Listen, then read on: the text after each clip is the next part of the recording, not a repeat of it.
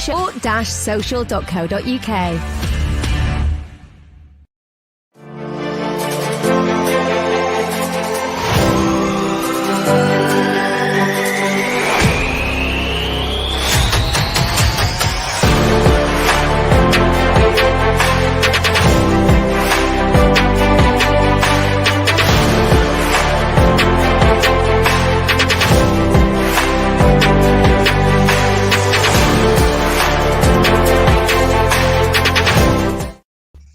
Hello, welcome to the very first episode of FPL Masterclass. This is something different, guys. You're probably familiar thinking, why are Haider and Rob back for a different type of show? Well, this is the new fantasy show that we're doing. We do the Masterclass. There'll be some more amazing shows coming up on this channel. Make sure you do hit that subscribe button. But Rob, welcome. You're really excited because you're a massive FPL nerd. You absolutely love this. You've got your little notepad out. You can probably hear that. Little pad of paper over there, and he's a bit of a nerd. He keeps on telling me how he's obviously going to win the league. We've got a league. If you're watching this, you can see at the bottom right hand corner that league code is 2RG2DX, and we'd love you guys to join. There's going to be some great prizes. It's going to be really exciting, and you can prove that you're better than Rob because he's going on about how he is in the top 1%, and you can have a chance of beating me. I'm not as good as Rob, but Rob, welcome to the first show. How are you doing? How are you feeling? I know you're excited. You're like a kid at Christmas. So, welcome to the FPL Masterclass. Thank you very much, Haider, and hello to the audience. Excited every year. Always excited about FPL. I've played it since day one. It's something that I think over the years has become more of an obsession for football fans than it ever was before. It was always seemed a bit niche to people. Fantasy League was an American thing that they did in the NFL, in the NBA, and we just didn't do that kind of thing over here. Well, that's changed. Those days have gone. And we're now obviously here doing our own show for FPL. Kind of marries in a little bit with our masterclass products, what we do, where we talk about tactics, and very much so that FPL is about tactics and how you pick your team. And what we're going to do today really is kind of go through the elements of how you pick your team. We're not going to talk down to any of you. You know, it might be the first time that you've ever done FPL in your life, or you might be a regular player. But what we're here to do is to help you along week to week to pick your team, give you proper information, no shouting, no screaming, no bragging. Like I know Haider's talking about me there wanting to win everything and all this. It's just that I do win the league most years. Last year, I was top 1% in the world. So that is kind of how I do it. I think I've done it 7 out of 10 years. So it's a game that I like playing, and we'll try and give you that information and that knowledge. He says that while saying he's not bragging. He's been telling me all week how he's in the top 1%. But look, Rob, what can viewers expect? Because there are a lot of fancy podcasts out there, but I can tell you right now, I've listened to a few of them. I don't think they're very good. I don't think they're very interesting. I think you've got to have a right blend of statistics, a bit of banter, a bit of fun. So, what can the viewers expect? Because, there are going to be some differences to this than the masterclass. There are going to be some exciting guests coming on, some different guests, some musicians, things like that. So, tell the listeners about that. And you've got some interesting developments to come, haven't you? Yeah, well, look, these shows, when people do them and they do their own podcasts around FPL, they tend to get very stats heavy. Now, we also will be using stats. There's no doubt about that. You can't get away from it. That's how you plan your team week to week to week. But we also wanted to do a show that had, a little bit more lighthearted, that had more kind of audience participation. We want to hear what you guys are doing. We want to hear your teams, your tips as well. And obviously we can share them here. But we also want to have guests on the show. So obviously on the masterclass, it's normally just me and Haider because we're talking about United. It's very specifically about tactics and formations and double pivots. I know not all of you like that. But for us, in terms Rob, of doing... you're not allowed to say that word. I can say that word. I can say, well, I didn't invent it. I didn't invent that word. It was a coach. It wasn't invented by geeks, and it hasn't just come up in the last few years. It didn't just appear in one of my tweets magically out of nowhere. It's actually in a coaching manual somewhere. But the point is that when we look at do the FPL one, we want to have people on who might necessarily not be from a footballing background, but love the game, because I think that's really where FPL and its popularity has grown now. It's kind of much more of a cultural thing that people talk about it in the workplaces, and they talk about it obviously online and social media. It's a huge kind of niche market in itself, but of course it's massively connected to the game that we love. So even though you play FPL different to how you might play the game with the ball on the deck, it's still very much the same thing, and you can marry the two things up. Yeah, absolutely. And there's a great comment here from Cohen. It's great to see you here. Great to see a couple of regulars here. But so Rob does get high. I know he says don't get too high, don't get too low. But when it comes to FPL, he does definitely get high. But Rob, look, let's talk about what FPL players should do to have a successful season. So I'm just going to talk about myself, because last season we were both in the league together, weren't we? We were in Usman's league. Shout out to Usman. He's actually got a fantasy league as well, so do join that one. But it's all about consistency, right? Isn't it? It's all about not, for example, making too many transfers at the beginning and losing too many points, and also not giving up, because I gave up maybe a third of the way into the season, halfway into the season. So, I mean, there's a good question here from Ronan saying, look, I've never played Fantasy Premier League or been interested in it. Can you sell it to me? So let's do that first before we talk about some of these things, because I think a lot of people think, what is it? Is it hassle? You've got to change your team every single week. Some weeks you're going to forget. That happens as well. Very, very possible. So, I think it was to sell it to Ronan. Okay, in the days before smartphones, it was hassle, because you had to log on, you had to sit at a desk, you had to work it all out, and it was very much hassle. I still kind of did it even back then. But now we've got smartphones. There's no hassle. It's the same as looking at Twitter or looking at any app. You can go on, you can make your decisions. There's lots of third-party apps as well to kind of help you make choices. That's kind of partly what this show is based on. But you're just saying there that you've never played it before. The whole idea of it is maybe looking at football from a slightly different angle. So if you're a United fan, and no doubt for obviously our audience, lots of our people that watch us are United supporters. And there's always maybe that kind of leaning towards just looking at the football club, doing stuff with the football club, and maybe then replicating that in your FPL team. This is a much broader game. So you can actually pick players from teams you don't like. Now, that's a weird thing normally. You're not supporting those players. And this is one of the things that I think some old school fans don't like, because they don't want people cheering hat tricks for strikers from other football clubs. Rob, and that's actually a great point. And yeah. I've seen it a lot on Twitter. So, there's a comment here, from Best in Canton saying, I've never played FPL, was never my thing, but I'm curious. I do think there's an element of that, Rob. That's actually a great point. That the older fan, for example, I remember last season, I think Spurs were 1-0 down, and a few people had Spurs as their captain. Harry Kane as their captain. Harry Kane scored a last-minute goal. Obviously, that made Tottenham closer to United, but it also gave them double points. And there were United fans that were getting happy about it. And I think that's something that maybe an older generation of fan can't understand. And I don't know, like for me personally, I'm a lover of football in general, right? And for me, Mo Salah sitting in my team, I don't want Liverpool to win, but I also enjoy the game element of it. I also like to watch other teams that aren't Manchester United. There are a lot of older fans who only want to watch Man United. So what would you say to that? Because there is that element of it. And then when younger fans are like, oh yes, Harry Kane scored, the older fans are thinking, why are you cheering them on? But it's not as it seems, is it? Yeah, it's not cheering them on in inverted commas. It's more of a case of knowing how the game works and wanting to win the game. But it's different. It's not the same as like cheering a Bruno Fernandes goal. Now, for instance, if you're a United fan, you can pick Bruno Fernandes in your team. You can pick 3 United players in your team. You could make it heavy towards the team you like. We're going to kind of explain that that's not really the best way to play FPL. And it is one of the most common mistakes. And we're going to go through in a minute, kind of not the do's and the don'ts, but just the real hints and tips that will get you from being maybe, say, an average player. Now, you've got to look at this. There's 8.2 to 8.3 million players in the world of FPL. So there's a lot of players. I think when I first started playing it was about 1 million or 1.5 million. And that felt like a lot of players in those days. So to get in that top 1%, you're trying to get somewhere in that top 100,000.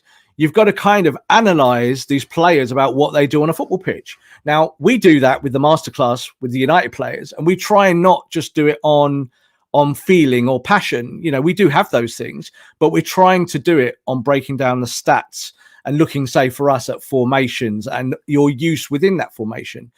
This is a kind of wider version of it, but in a kind of much more relaxed game format. There isn't that pressure of your football club winning on losing. It's about picking players that accumulate points regularly every week And you, being a football fan, being smart enough to recognize that and maybe the trends within that, picking up on it and putting these players in your squad. And the beauty of FPL is that every season there are always kind of wildcard players that people don't think of or kind of just pop up out of nowhere. And if you can get in there first before everyone else in that FPL community, that's a big kind of uptick, because people are always looking for those hints and tips. And that's also what we're going to try and do on this show, is to give you some of that, not inside knowledge, but maybe just giving you the opportunity to consider players that you wouldn't have considered before. That's a great point. You know, remember the days of Michu, who was an absolute, he was Michu, yeah, FPL legend. You know, he did the one season wonder. But I'm going to read out a few comments here, Rob. So there's one from Cher saying, you know, he's been playing for nearly 10 years. This season, he's decided to keep an eye on quite a lot of players. But the issue he's having is that he never puts United players into it. It's superstitious. I actually do that as well. Rob's done the same. Bruno Fernandes is the first player in years. If I find that when I go with my heart and go, all right, I'm going to put a United player in, that's when I have a bad year.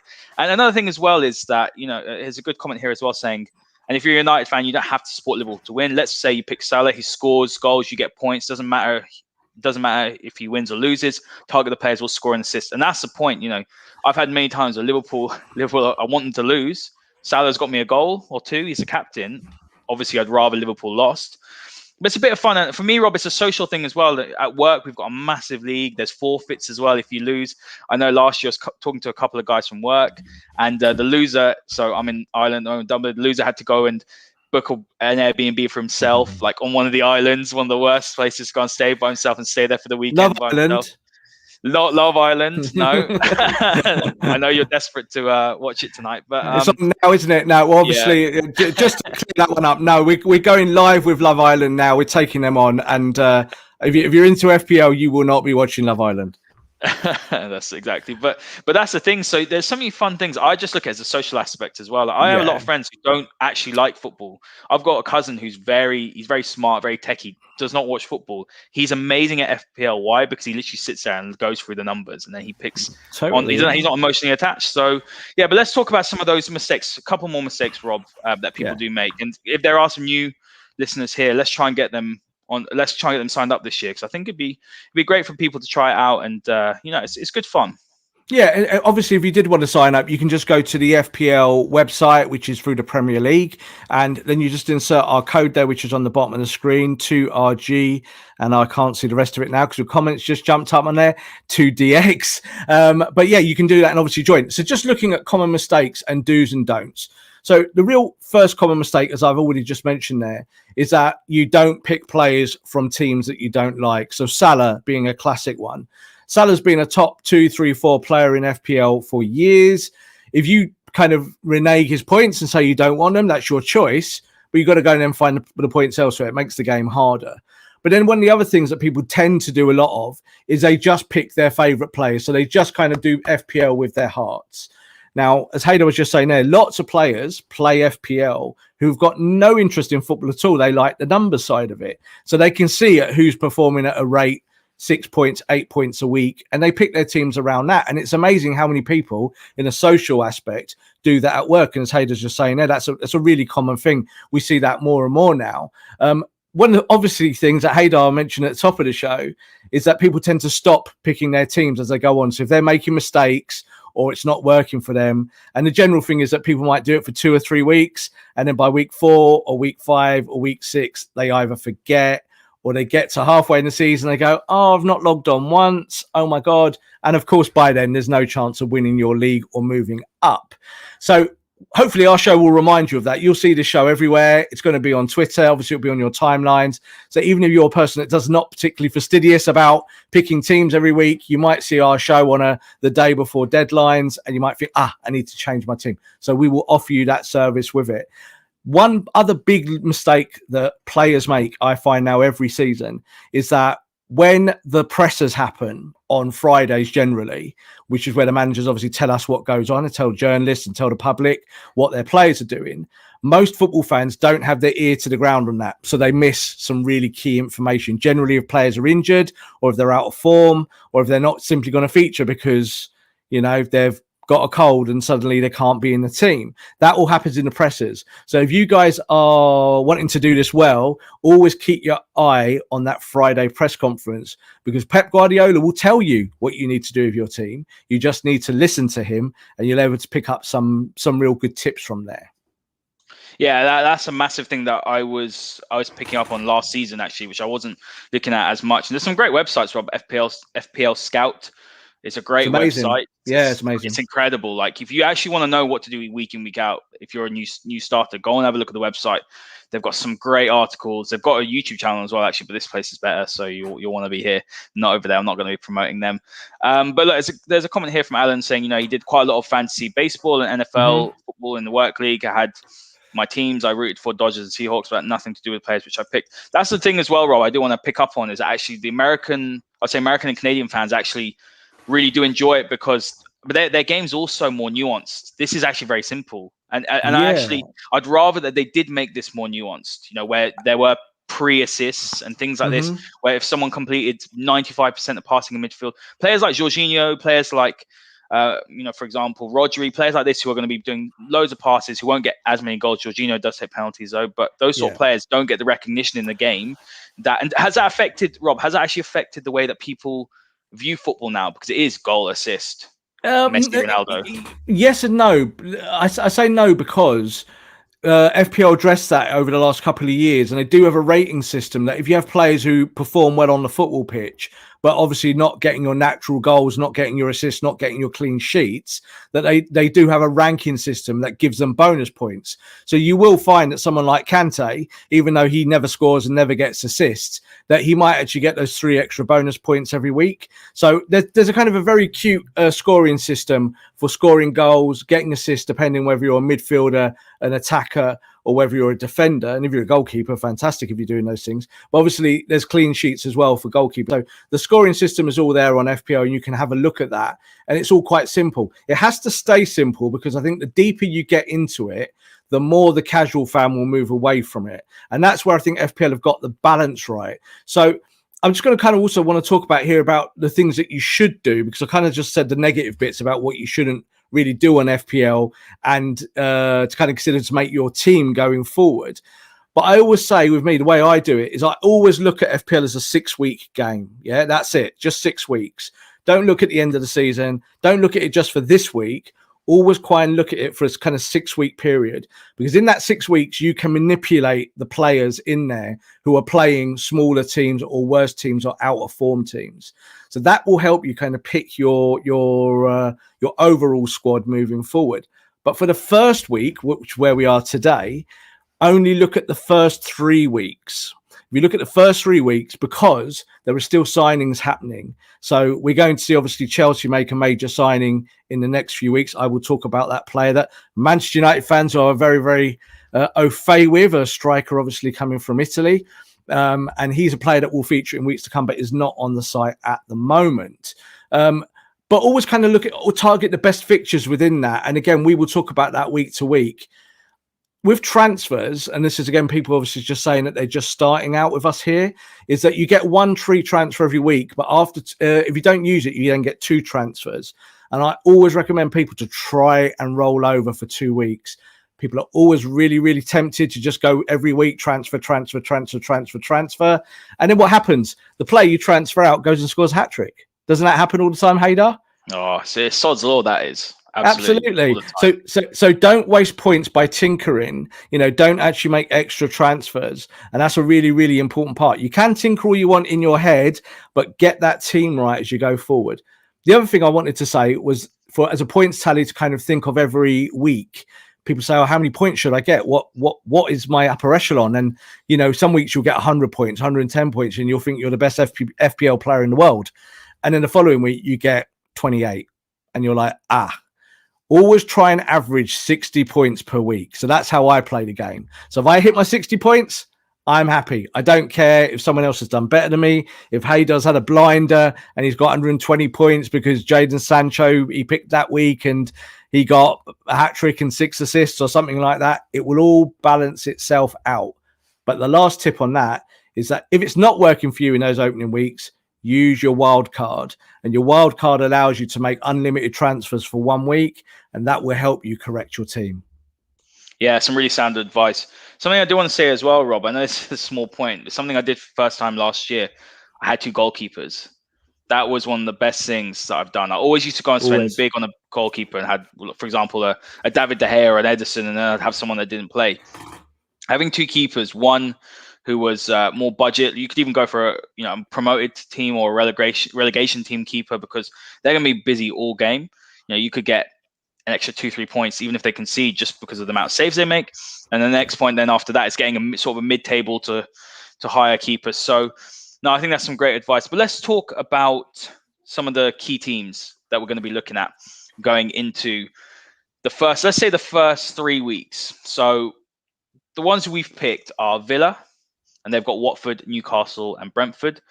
United, we are obviously United fans, but Leeds will be a tough game. But then you've got Southampton, who are looking like they're selling half their team at the moment, and then Wolves. And Leicester have Wolves, West Ham, and Norwich. So looking at those 3 teams, well, let's start with Villa. Now, Villa have lost Jack Grealish, who was the creative hub of their team. They have signed Bundia, who was fantastic last season and the season before. Remember when he was in FPL, he was a very good player to have, very creative. You're also looking at Danny Ings as well. You can also look at Villa's defense. I think Matt Targett is an option. So what are you thinking of Villa? Because I think people, while they've done some good business, people are a bit surprised that you're gone for Villa as opposed to maybe Chelsea. Liverpool has some good fixtures as well. So why Aston Villa? Well, this again plays into what we've said here at the start of the show, is about, it's not necessarily about the big clubs or your favourite clubs or the big players. It's always about balance and looking at who has got the most favourable fixtures. So you mentioned those 3 teams there. Manchester United are in there, not because we're United fans, but because they fall into that bracket of having favourable fixtures at the start of the season. Now, Leeds, Southampton, and Wolves, as we know as United fans, we'll all be nervous about those games. But when you put them down on paper and look at them statistically, they are good opening fixtures. So that kind of lets you lean towards United's players when you pick a team. And what we'll show after this segment is the team that actually I've picked this week for my game week 1 and game week 2. So when you look at Villa and you look at those teams they're playing, Watford, Newcastle, and Brentford, when you look at Villa's form from last season and that carryover, everything tells you that Villa could get 3 clean sheets out of that. So if you've got a Villa defender in there somewhere in your team and you get clean sheet, that's probably going to be the easiest 18 points you'll earn all season. So that's why you look at it like that, and you don't go with, say, your heart and your head trying to push them together and form this big brain of fancy football and go, no, I've got to just pick Chelsea players. I've got to just pick Liverpool players. Well, you can't do that anyway, because you can only pick 3. And there will be weeks where Chelsea do have favourable fixtures, and you will go Chelsea heavy. But that's why you've got to be smart and look ahead in the fixtures, and the fixtures are coming, because that's how you plan your team out strategically. It's too easy just to kind of go, and I saw it last year with friends of ours who kind of make 7 transfers because they've got sick of their team and they give up 25 points because X, Y, and Z, and they get frustrated. Don't get too high, don't get too low. We know that catchphrase, don't we? It really does apply to FPL, is that you need to kind of look at it with kind of a calmness to you. But we look at Villa, you look at United, but the other team there we mentioned were Leicester, Wolves, West Ham, and Norwich. When you look at that kind of fixture list there, and the fact that they've got, say, someone like Jamie Vardy up front, you know Vardy's going to play. He's the only player that's going to play in that role. You might look at Iheanacho. If this is what I'm saying, if they go with 2 up top, which is what they might do this year, you might then find that Iheanacho is the person that you lean towards rather than Vardy. Vardy being a kind of much more premium player in terms of the pricing.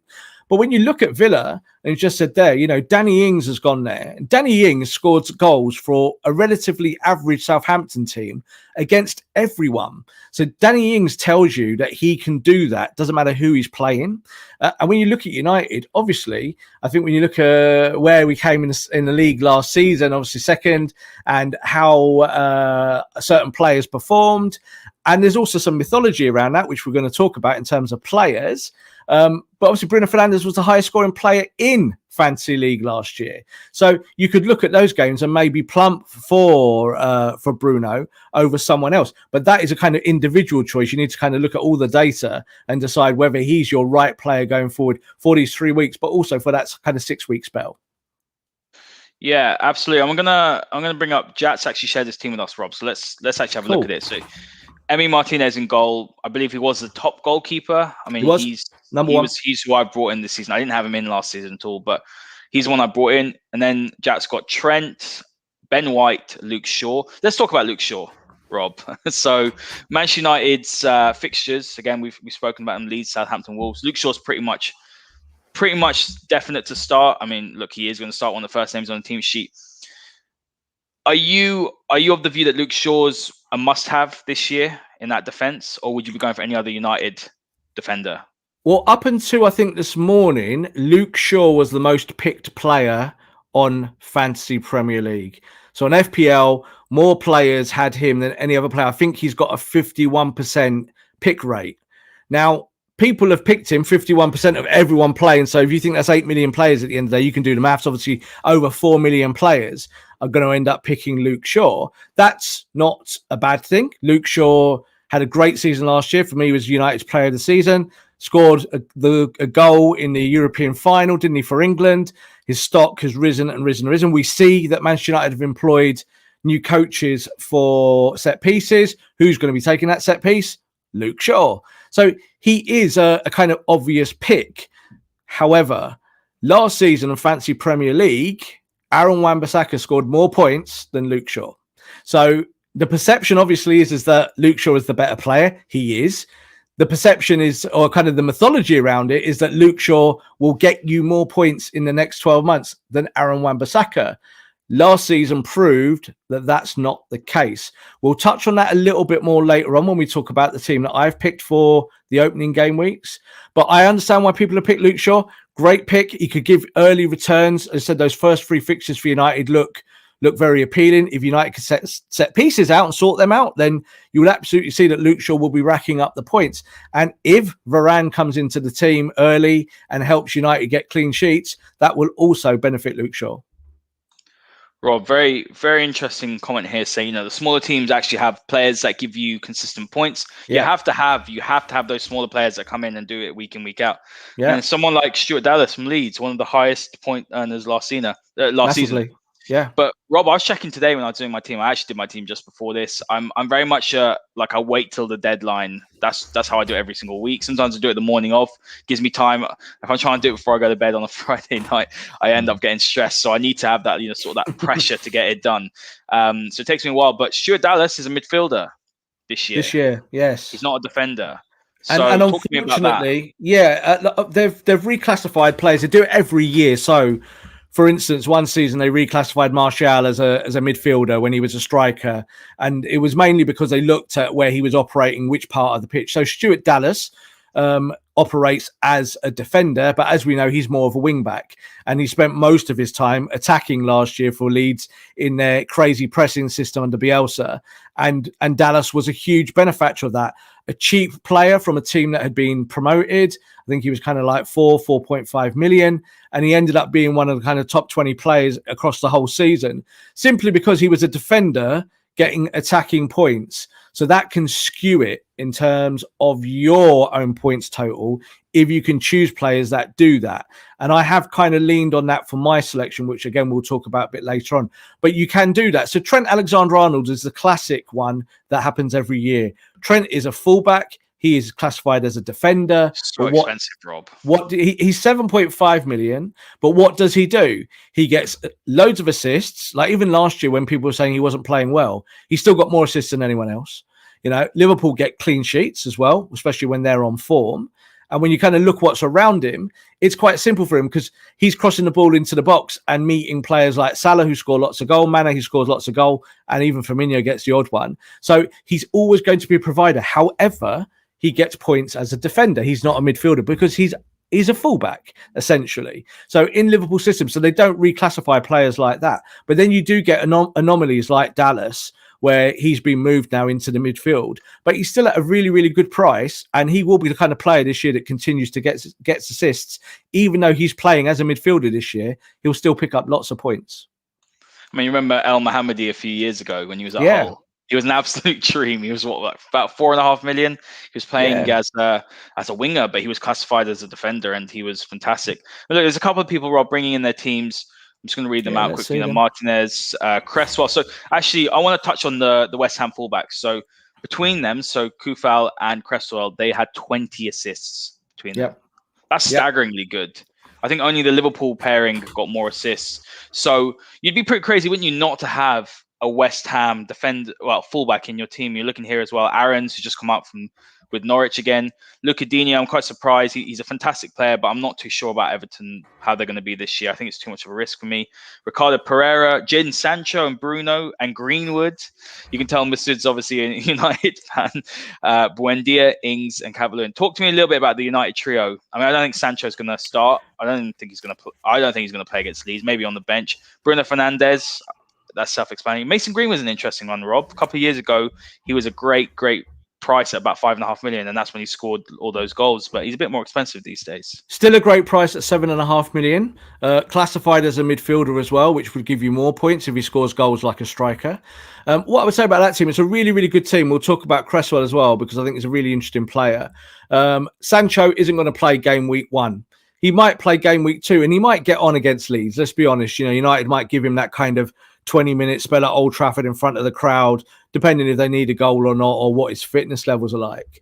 But kind of looking at the team there, Cresswell, I think West Ham are a pendulum swing, because one year they're great and one year they're terrible. But what can you rely on with Cresswell? Well, last season he got 11 assists, but he also got 11 clean sheets. So that was because West Ham obviously had a good season. So you can lean on teams that are doing that, the teams that maybe just above mid-table that are getting clean sheets, but have dead ball specialists. So Cresswell is a classic, is that he takes every corner.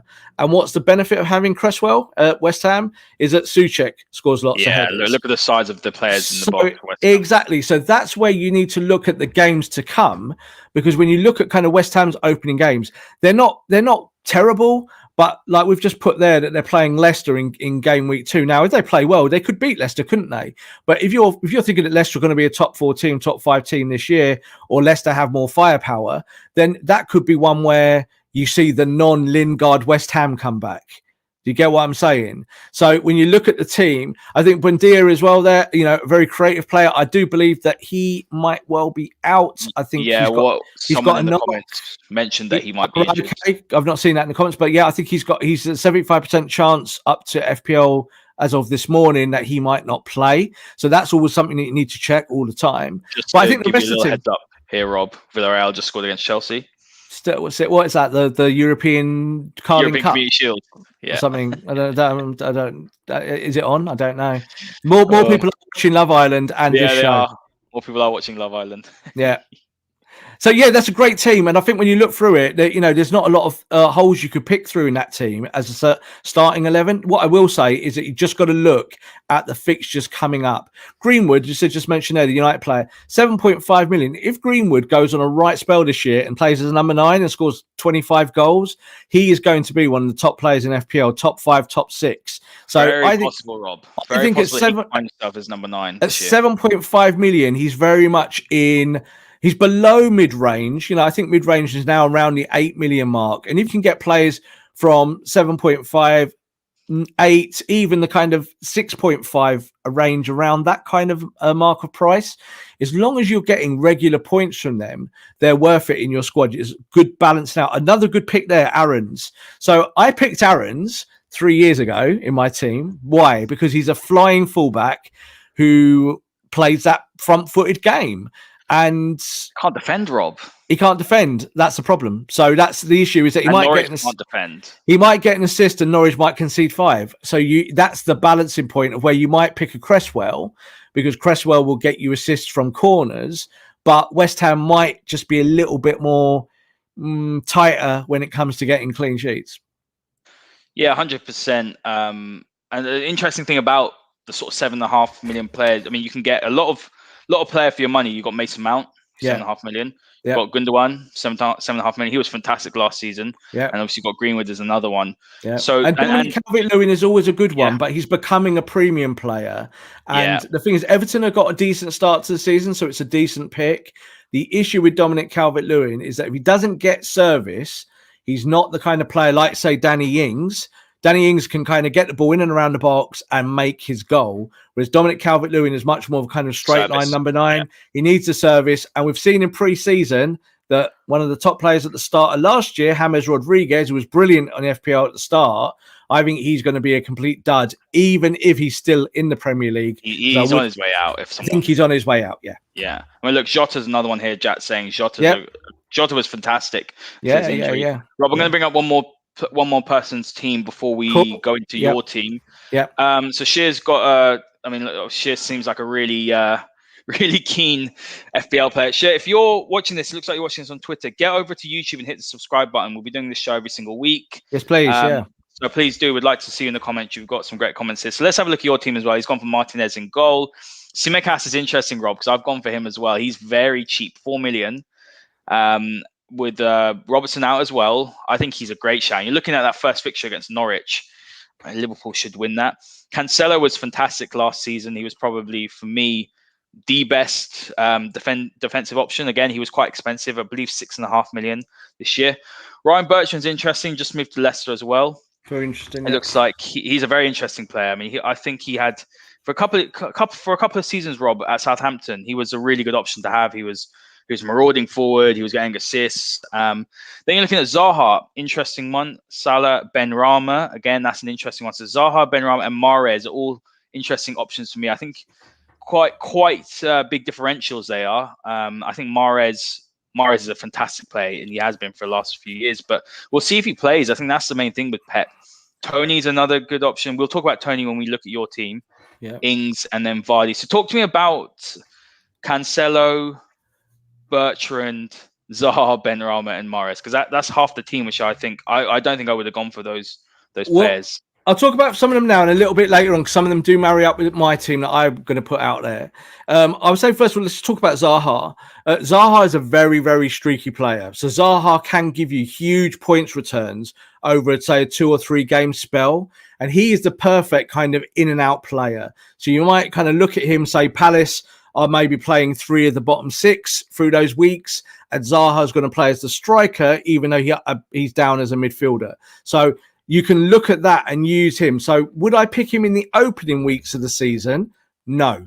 Why? Because Palace's fixtures are a little bit iffy, and Palace are in the middle of a new project. You know, they're going to be bringing in new talent, and they're going to try different systems. So I always find that is more risky when you're picking your FPL players, because you're not quite sure what they're going to do. There's no doubt that Zaha will play more through the middle than he will wide. I think the days of him being a kind of out-and-out winger have gone. Yeah. And he's at Palace to score goals and create goals. So if you want him in for that reason, no problem. It's just that you have to decide whether there's someone else who might be able to do it better than him. Comparing him to, say, Mahrez. Now, Mahrez, if he plays, and even if he doesn't play, Manchester City's top 6 or 7 players across the midfield generally will rotate, but still score heavily. So Mahrez might only play 25 minutes in the next, like each of the next 2 or 3 games. He might come on 25, 25, 25, and he might get you goal, assist, goal.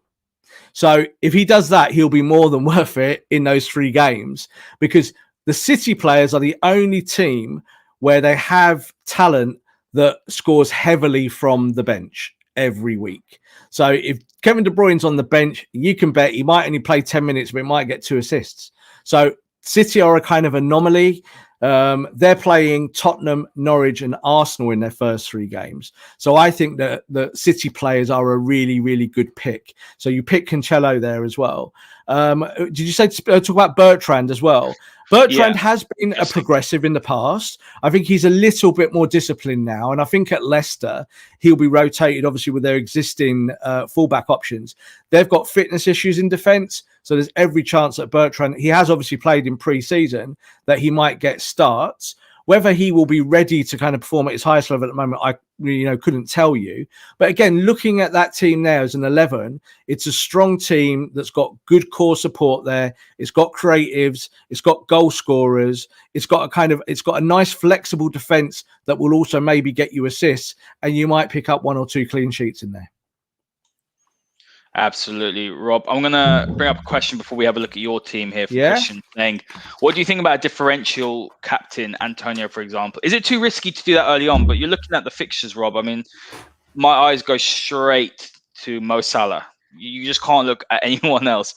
He might play at Liverpool, etc., but his goal return is insane. He'll be up there with the top scorers again. Whether Liverpool have a good season or not, because they are looking a little bit shaky in preseason. Preseason doesn't mean very much, but is it a risk to go Antonio versus, I believe they're playing Newcastle, West Ham are? Yep. Look, it's a risk, but I love differential captains. So I change my captain pretty much every week. Because again, even though Salah might say, it's about 38 games in the season, and he might score in, say, 15 of those games, or something like that, or 12, and he might get 2 in some of them, and might get 3 in some of them, but he might score just in those games. There's plenty of times where you've looked at Salah, even though he's got great points totals, that he will have dud weeks. He'll get 2 points, 2 points, 2 points over a 6-week period.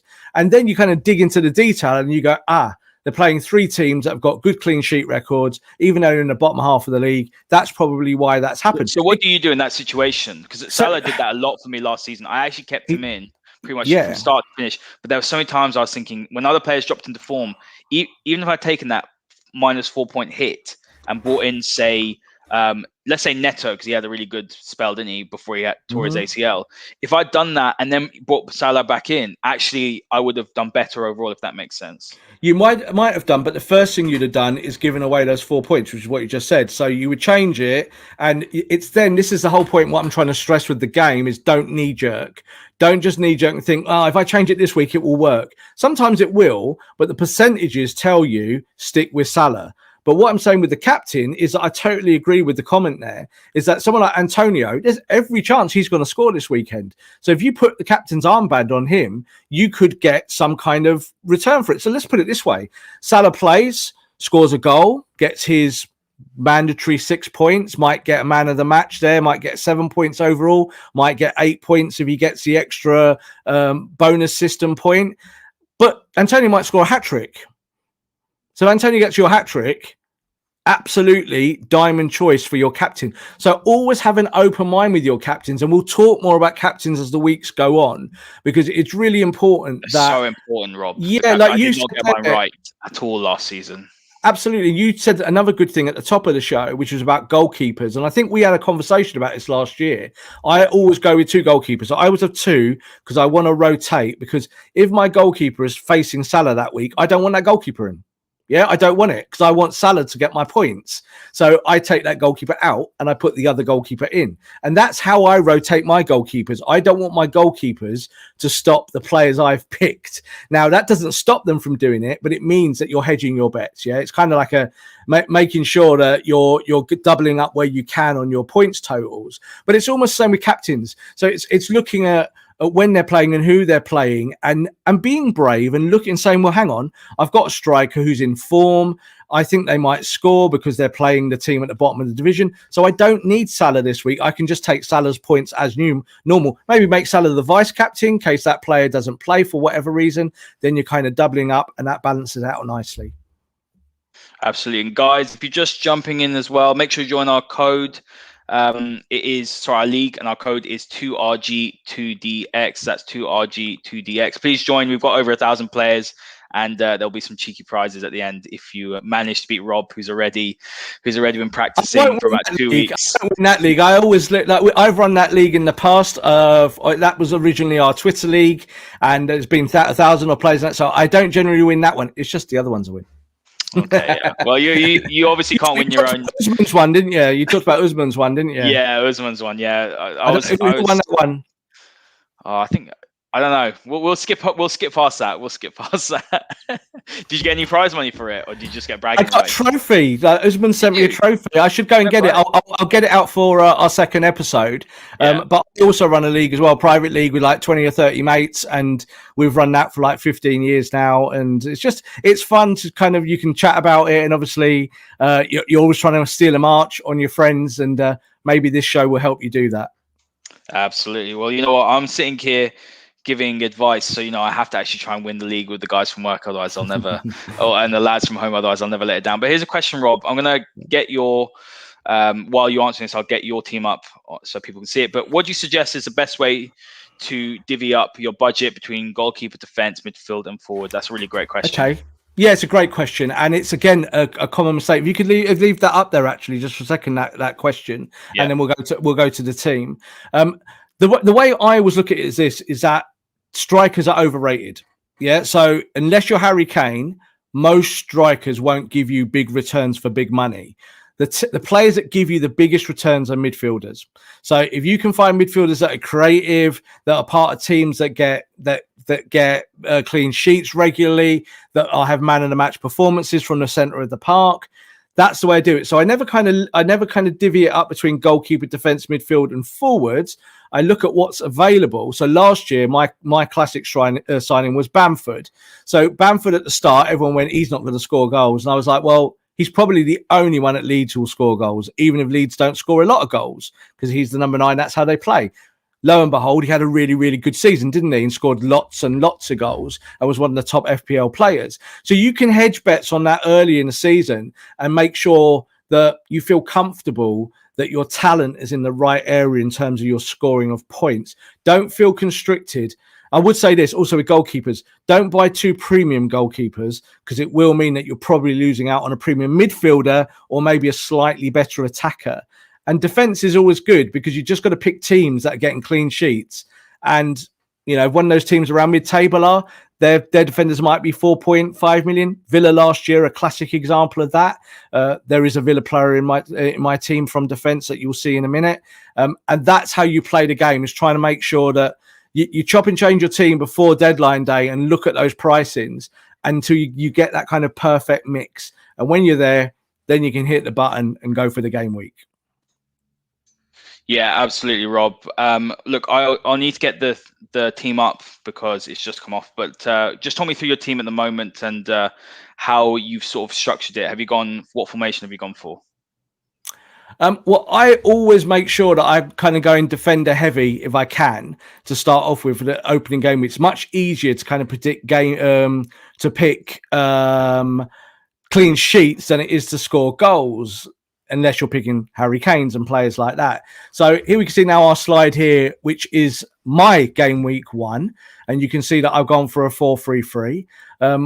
I'm kind of quite comfortable with 4-3-3. I generally play it on FPL because it just gives you that balance. I like having a front 6 and a solid 4. And my back 4 are always generally either attacking players or players who get that real common clean sheet every week. Yeah, or they're a threat in the opposition box as well. So I'll just read out the team here for people that obviously can't see the screen, people that are listening on Spotify.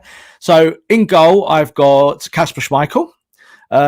My back 4 is, I keep saying his name wrong, it's Simicas. Is it Simicas or Simicas? I thought it was Simicas, but Simicas. Yeah. So Simicas, the Liverpool fullback. So he's in the team this week. Cresswell, which we just talked about, obviously West Ham.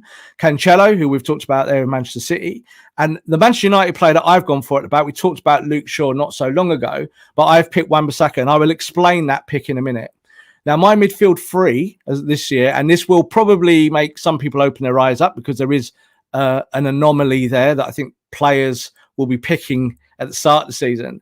I've gone for Gundogan, obviously at Manchester City, Salah, and I've gone for Torres at Manchester City. And of course, the missing player there is Bruno Fernandes. So I will explain that in a minute. And my front 3, I've gone for Danny Ings. Danny Ings is a perennial of mine. I pick him every year. He does the business for me. I'm very happy with him. He's actually my vice captain. Salah's my captain this week. I've got Antonio because he's without doubt West Ham's most dangerous weapon. If they start well, he will score goals. And my little wild card option here is a promoted striker in Tony at Brentford. And I think Brentford are one of those feel-good factors that if they start well, they might do what Leeds did last year and go on a little run of scoring goals and entertaining people. I like Brentford. I think they're a really good team. And just my substitutes here, Raya from Brentford in goal. And I've got one defender, which is Target of Aston Villa, Harrison at Leeds United, and Dallas, who we've already mentioned, also at Leeds United. So there is a reason why I've picked that team, and I'll go through each one individually. But Haider, what do you think of that team off the top of your head? I think the obvious one, we've had this conversation already, is no Bruno Fernandes. I think it's a fantastic team. I'm quite surprised at the midfield. I'm surprised at not Gundogan.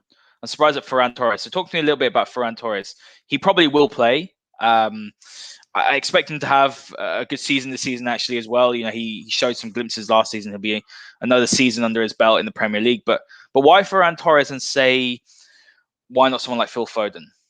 Okay, well, Phil Foden's injured. That's why I didn't pick him. Okay. So that's first score. That makes sense. So that makes sense. So the reason why I picked Torres is that this season at Manchester City, and as he did last year, is he is going to play as number 9 or as a false 9. So he has been playing through the preseason games. It's quite clear that Pep loves him. He fits Pep's system. If Pep had bought Harry Kane, I would not be picking Ferran Torres because Ferran Torres is not going to play minutes. The choice really for City is to either play Torres or Jesus. And I think that I'm not interested in Jesus as a striker, you know, in terms of picking me up points. He will play maybe at points through the season and score points, no doubt about it. But he doesn't fit the way I want to kind of play the game.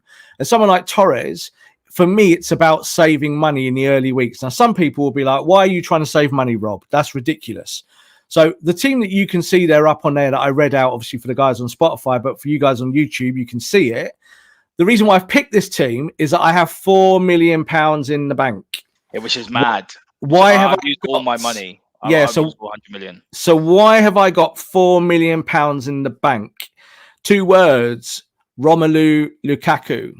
So when Romelu Lukaku becomes available next week, I won't have to, if I want to bring him into my team, I won't have to do any kind of big moving around. I could just drop out a striker. So I might be able to say drop out Antonio or Ings. One of those 2 guys might get an injury first week. You never know. So it's kind of an easy pick then. But for me, picking Bruno with that extra 4 million would have meant that I could have gone, say, with Gundogan, Salah and Bruno. And that's an easy choice. There's no doubt about that.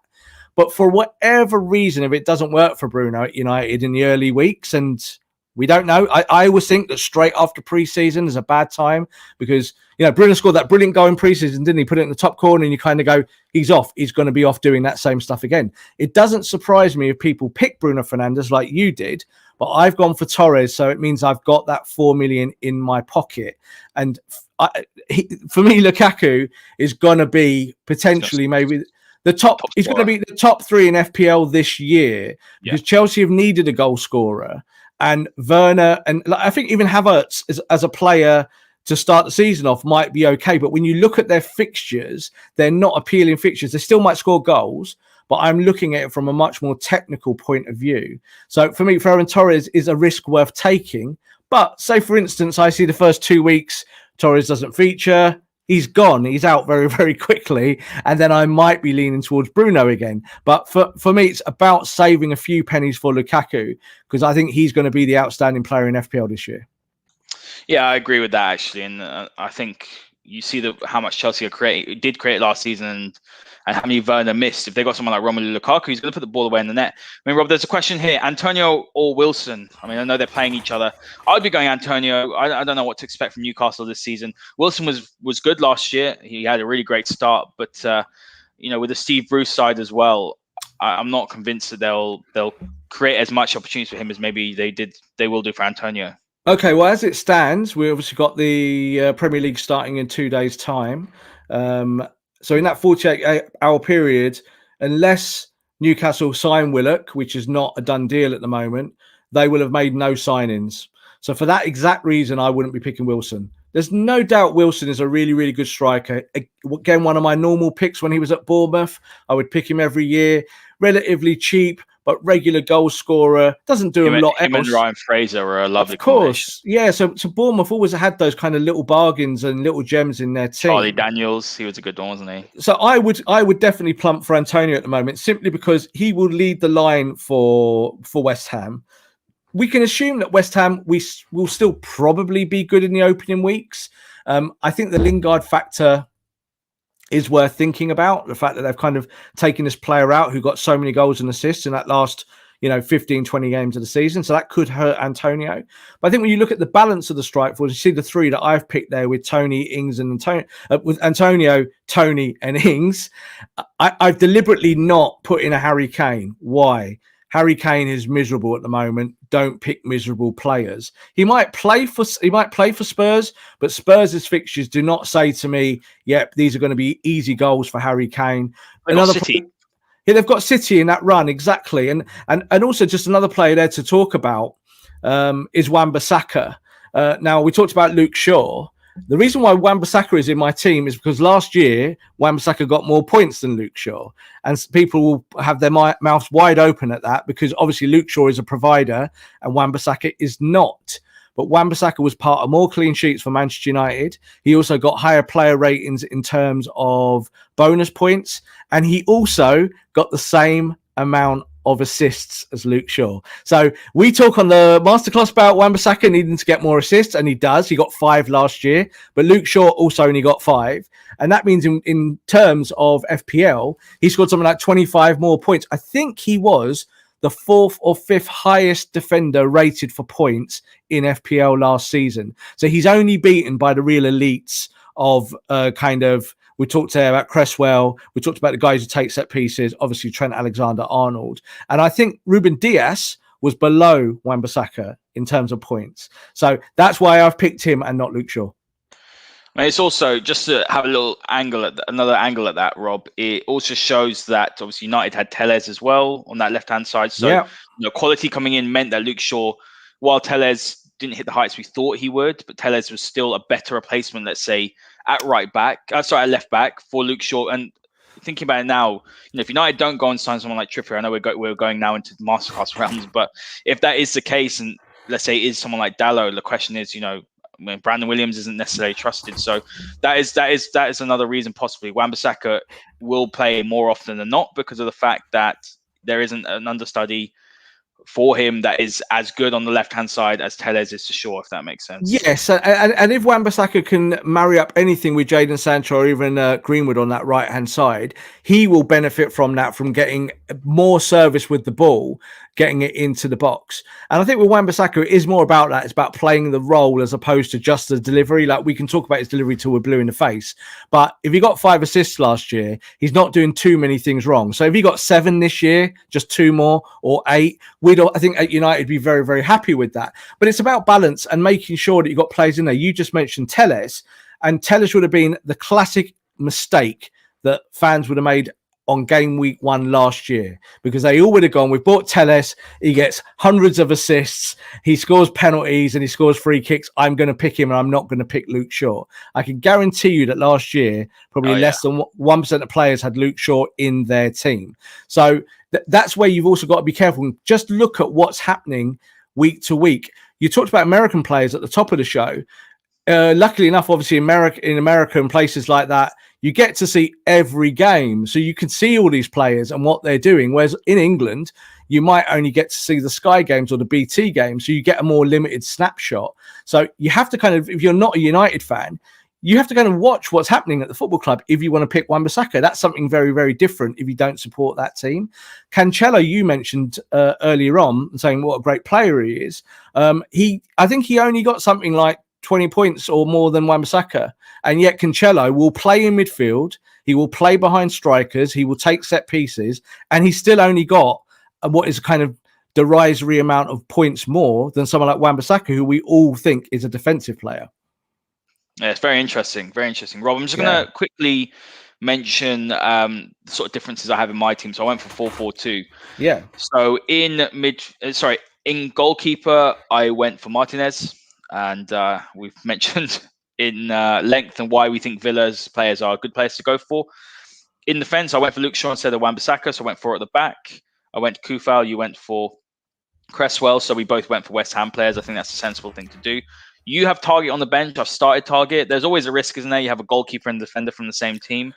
And that's still in my mind. You know, I have got Dallas on the bench. Oh, he's a midfielder now, but I've got Hoover as well, you know, that plays for Wolves. I've watched him a few times in pre-season. He seems to be playing. So that one's still one I have to have a think about. And then I went for Tsimikas as well. My midfield is fairly similar. So I went for Salah as captain. Gundogan's in there as well. I went for Bruno Fernandes. There's no point us talking about why, because it's logical, but he is now 12 million. So he's one of the premium players now. Yeah.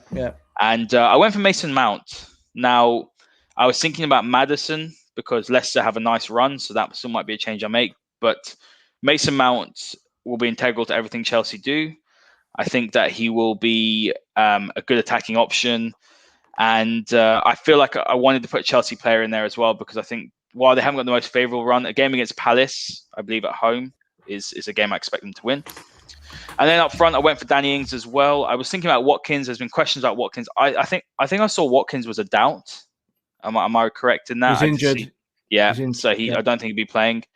And I went for Iheanacho against Wolves, and we mentioned getting a Leicester player in there. So it's a fairly similar team. I mean, any thoughts on my team? I think you're probably going to pick out Mason Mount as someone, perhaps. Mason Mount was originally in my team. Ahead of Torres before I kind of rejigged it for the 12th time. And the reason why I did that was that I kind of looked into Chelsea's pre-season, and because Mount's been involved with England, he's not been involved with the initial pre-season team. So I don't know if he started tonight for Chelsea in the Super Cup, because that will give you an indication as to whether he is fit for the first game of the season. But I think there was a feeling around if he does play, that he will start from the bench. So that was the only reason why I didn't pick him. You're right, he will be integral to Chelsea this season, but I think his value will go up when you've got Lukaku in front of him. So at the moment, while he's got Havertz in front of him or Werner, they might still have the same issues that had last year. There was still no doubt, like Mason Mount is 7.5 million, but at 7.5 million, you want returns. So Torres, I think, is also 7 or 7.5 million. And the reason why I've picked him is that if he plays, he will score. That's kind of the way I look at it. Rob, here's a comment here. So it looks like Ziyech has been very, very good, actually. I mean, he scored tonight. He's had a really good preseason. So he's injured. So Mount did not start today, but he probably will now that Ziyech is injured. So he could be lacking a bit of match fitness. Ziyech was in the predicted Chelsea team for the first day of the season, but obviously if he's got an injury now, then that changes that. But I don't know if Mount and Ziyech fit in the same position if Chelsea play maybe the formation that they ended the season. Exactly. So I think that is the issue, is that I think the Tuchel will look for pace down the sides, and you will more likely see Werner moved wide and Havertz play as the false nine. And if they do that, that means that whoever you pick in your Chelsea team, like I didn't pick any Chelsea players because they run into a kind of sticky patch through that opening six. It's not a bad start to the season for them. And I just think that they've got a target on their back because they're European champions, and they might not be the finished article for a few weeks of the season until they get Lukaku in place. When they get Lukaku in place, I expect them to be title challengers. But I think in the opening weeks of the season, I think Chelsea are a risky team to pick from. And there are clubs who we've highlighted have that much better opening 3-game run than Chelsea do. But that's the only reason why I wouldn't pick him at the moment, because he was injured coming back from England. And there is that problem with Chelsea. Will they be very defensive in the opening weeks of the season just to kind of get through until Lukaku's in the team? Wouldn't surprise me at all, Rob. But look, we've come near the end, Rob. But let's just talk a little bit about sort of what there is to come as well with this show. And let's also talk about, we'll have the masterclass, and then we've got a couple of new listeners here. So do subscribe. We have the Manchester United tactical show on Sunday, so we'll be doing that. And Rob, you've got an exciting show called the Robcast coming up, so give the listeners a little bit of a brief on that. Yeah, the next show, obviously coming from us guys, will be your normal masterclass. We are going to be doing them the day after games now, generally. Obviously, we will still go live when we can. The big issue, obviously, is that I'm at all the games. So now we're getting past the world of COVID. I will be attending these matches. It'll be much more difficult for us to sit in front of our screens here and to do a live masterclass. However, we're not going to stop doing the masterclass. We love all of your feedback and everything that you've said about the show. We're very humbled by that. And we just obviously want to carry that on. But we'll be doing it live the following day. So we will do a live masterclass on Sunday. United will play, obviously, Leeds on Saturday. And fingers crossed we can talk about a good performance from Manchester United when we go live on Sunday. Or you can watch, obviously, on playback. The two shows that we've got going, obviously, now also coming up, the FPL Masterclass that we've done tonight for you, and we hope you've enjoyed it. Really, really enjoyed that you putting your teams in, because I think that adds some spice to the show. It's supposed to be about you guys. That's why we wanted to do this show. It's not a schmooze fest of Rob bragging about the players he's picking. I'm just actually trying to give some information out there about how I pick my team. And if you want to pick into that, fantastic. And you can always question us on that. And it's also about Haider, but we're also going to have lots of guests on the show, which will make it a bit more of a topical view. But the other thing that I will be doing, which I have spoken about very recently, is the United Robcast. And that's going to be a kind of 20-minute podcast every 2 or 3 days. I think at the moment it's going to be a Monday, Wednesday, and Friday. It will go live on Twitter. We're hopefully going to go live on Twitch as well. And half of that show is going to be a little bit about rumours and gossip and transfers, and about what's going on at the football club, what you guys are talking about on Twitter and addressing that. And then the other half will be about my opinion about some of that stuff, and about what's real, what's not real, what should you pay attention to, and what should you put in the bin. So the Robcast will be kind of 20 minutes for you to just be able to listen to it going to work every day, or just before bed, or if you're having your dinner. It's supposed to be a real bite-sized podcast for you to enjoy, nothing too heavy, and that will be myself going solo here on our masterclass channel, and you'll be able to watch it on any platform that you use. Yeah, absolutely. Look, it's a really exciting time for us, Rob. You listeners are the reason why we've been able to expand and to do some different shows. There's going to be so much more great content coming on, and we'll make sure that each bit of content is a little bit different as well, Rob. We aren't just going to have the masterclass every single week. You won't see me on this show every single week. Rob's got some exciting people lined up. Some people that you perhaps wouldn't listen to on a day-to-day, and it's going to be exciting. So I'm really, really, really looking forward to it. Rob, as you can see across the bottom as well, we have got that code, haven't we? So What's your final say? Because the next time we do this show, we'll be 1 week in. So what's your final say to all those people that are going to be trying to take your crown off you? Well, I'm just reading a comment there saying, Rob, have you ever considered becoming a football manager? Well, I have been a football club chairman, so there you go. So I'm not going to talk about that, but yes, I have done my coaching badges when anyone asks about these questions. So you do know that you didn't make the double pivot, I Rob. have read a coaching manual. I have read a coaching manual. That's obviously annoying certain people. English style double pivot, which is just a double pivot in England. That's all you have to really know about it. Sorry, any of my closing thoughts, Haider? Is that what you said? Yeah. So what's your thoughts? What's your final sort of rallying cry against the people trying to take that crown off you for the league? Look, the FPL is a bit of fun, yeah. And the reason why we do the show is to kind of just share some of those tactics. So we've become known for that. None of these shows that we do are going to be shouty, screamy, fan cammy. There's going to be no tears. You're not ever going to come on our channel and see anything of maybe, say, the classical stuff that you will get on other, say, fan channels. We are not technically a fan channel, though you guys will watch our content and obviously fan channel content. What you'll find is that we'll try and bring you something a little bit more calmer, a bit more salient, a little bit more focused on the game. And the FPL Masterclass really kind of marries up nicely with the Masterclass, is that it is about tactics, formulas, trying to find a way to improve your team every week, and maybe just giving you a few hints and tips that you won't see in the mainstream. Like lots of the mainstream guys, they'll talk this week, Harry Kane's going to score you points, Vardy's going to score you points. Well, of course they will. But will people be talking about players like Tony? As we just said there, will they be saying that, no, pick Wan-Bissaka and not Luke Shaw? Well, almost every mainstream platform will be telling you to pick Luke Shaw. So we'll give you a little bit of a different edge, but we're not also going to bring any bravado to that. We're just giving you ideas, and hopefully you'll enjoy what we put in front of you.